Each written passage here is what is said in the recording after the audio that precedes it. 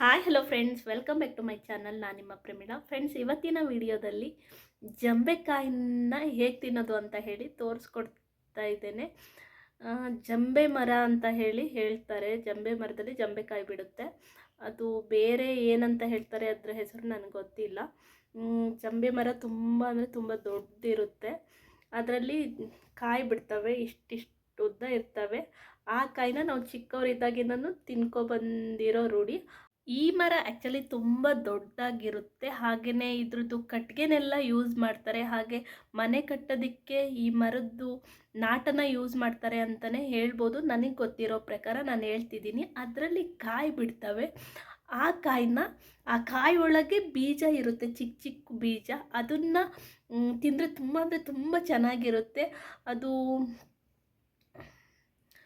ಎಳೆದಿರುವಾಗ ಹಸಿರು ಕಲರ್ ಇರುತ್ತೆ. ಅದು ಸ್ವಲ್ಪ ಬಲ್ತ್ ಒಣಗಾದ್ಮೇಲೆ ಬ್ಲ್ಯಾಕ್ ಅಥವಾ ಬ್ರೌನ್ ಕಲರಿಗೆ ತಿರುಗುತ್ತೆ. ಅದನ್ನು ತುಂಬ ಜನ ನೋಡಿರಲಿಕ್ಕಿಲ್ಲ. ಇದು ನಮ್ಮ ಸೈಡಲ್ಲಿ ತುಂಬ ಸಿಗುತ್ತೆ. ಅದನ್ನು ನಾವು ಚಿಕ್ಕವರ ಇದ್ದಾಗಿನೂ ತಿಂದು ಬೆಳ್ಕೊಬಂದಿದ್ದೀವಿ. ಅದು ರೂಢಿ. ಅದು ಊರಿಗೆ ಹೋದಾಗ ಸಿಕ್ಕಿತ್ತು, ತಿಂದಿದ್ದೀನಿ. ತುಂಬ ಚೆನ್ನಾಗಿ. ನಿಂಬೆಕಾಯಿ ಆ್ಯಕ್ಚುಲಿ ಈ ಸೀಸನ್ನಲ್ಲೇ ಬಿಡೋದು. ಈ ಸೀಸನ್ನಲ್ಲೇ ಬಿಡೋದ್ರಿಂದ ಊರಿಗೆ ಹೋಗಿದ್ದೆ, ಸಿಕ್ಕಿತ್ತು. ನಾನು ನನ್ನ ಮಗಳು ತಿಂದು ಮಜಾ ಮಾಡಿದ್ವಿ. ಅದು ಹೇಗೆ ತಿಂತಾರೆ, ಹೇಗಿರುತ್ತೆ ಅಂತ ಹೇಳಿ ನೋಡ್ಕೊಬರೋಣ ಬನ್ನಿ. ನೋಡಿ, ಇದೇ ಜಂಬೆಕಾಯಿ. ದೊಡ್ಡ ಮರದಲ್ಲಿ ಇಷ್ಟು ಪುಟ್ಟದಾಗಿ ಬಿಡೋಂಥ ಕಾಯಿ. ಈ ಕಾಯಿನೇ ತಿನ್ನೋಕ್ಕಾಗಲ್ಲ. ಇದು ತುಂಬ ಗಟ್ಟಿ ಇರುತ್ತೆ. ಕಾಯಿ ಒಳಗೆ ಬೀಜ ಇರುತ್ತೆ. ಇದು ಎಳೆದ್ರಿಂದ ಬೀಜ ಹಸಿರು ಕಲರಲ್ಲಿದೆ. ಇದು ಬಲ್ತ್ ಮೇಲೆ ಬೀಜ ಬ್ಲ್ಯಾಕ್ ಕಲರಿಗೆ ಬರುತ್ತೆ. ಈ ಕಾಯಿ ಬಲ್ತ್ ಮೇಲೆ ಬಾಯಿ ಬಿಟ್ಕೊಂಡು ಬೀಜ ಆಚೆ ಬರುತ್ತೆ ಅಂತಲೇ ಹೇಳ್ಬೋದು. ಈಗ ಎಳೆಗಿದ್ದಾಗೆ ಇದು ತುಂಬ ಗಟ್ಟಿ ಇರುತ್ತೆ. ಇದು ಕುಡ್ಗೋಲು ಅಥವಾ ಚಾಕುವಿನ ಸಹಾಯದಿಂದ ನಾವು ಇದನ್ನು ನಿಧಾನಕ್ಕೆ ಬಿಡಿಸ್ಕೋಬೇಕಾಗುತ್ತೆ. ನೋಡಿ ಆ ಪ್ರೊಸೆಸ್ ಹೇಗೆ ಅಂತ ಹೇಳಿ ತೋರಿಸ್ತಾ ಇದ್ದೇನೆ.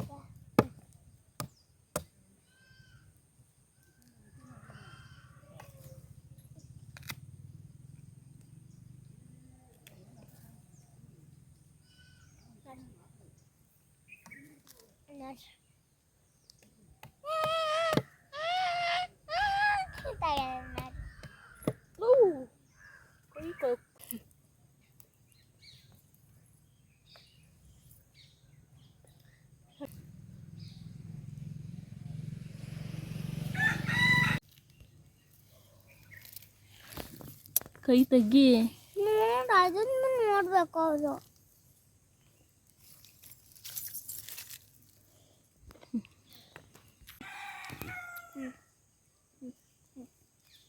ಹಂಗೆಲ್ಲ ಮಾಡ್ಬರ್ತೀನಿ ಸುಮ್ಮನೆ.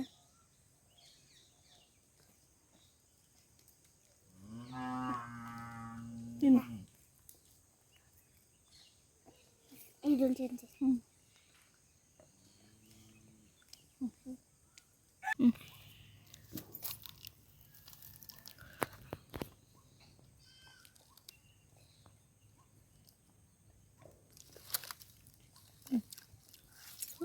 ಈ ವಿಡಿಯೋ ನಿಮಗೆ ಇಷ್ಟ ಆಗಿದ್ರೆ ನನ್ನ ಚಾನಲ್ನ ಸಬ್ಸ್ಕ್ರೈಬ್ ಮಾಡಿ, ಶೇರು, ಕಮೆಂಟು, ಲೈಕ್ ಮಾಡಿ, ಸಪೋರ್ಟ್ ಮಾಡಿ ಅಂತ ಹೇಳ್ತಾ ಇವತ್ತಿನ ವಿಡಿಯೋನ ಮುಗಿಸ್ತಿದ್ದೇನೆ. ಟಾಟಾ, ಬಾಯ್ ಬಾಯ್. ನೆಕ್ಸ್ಟ್ ವಿಡಿಯೋದಲ್ಲಿ ಮೀಟ್ ಮಾಡೋಣ ಫ್ರೆಂಡ್ಸ್.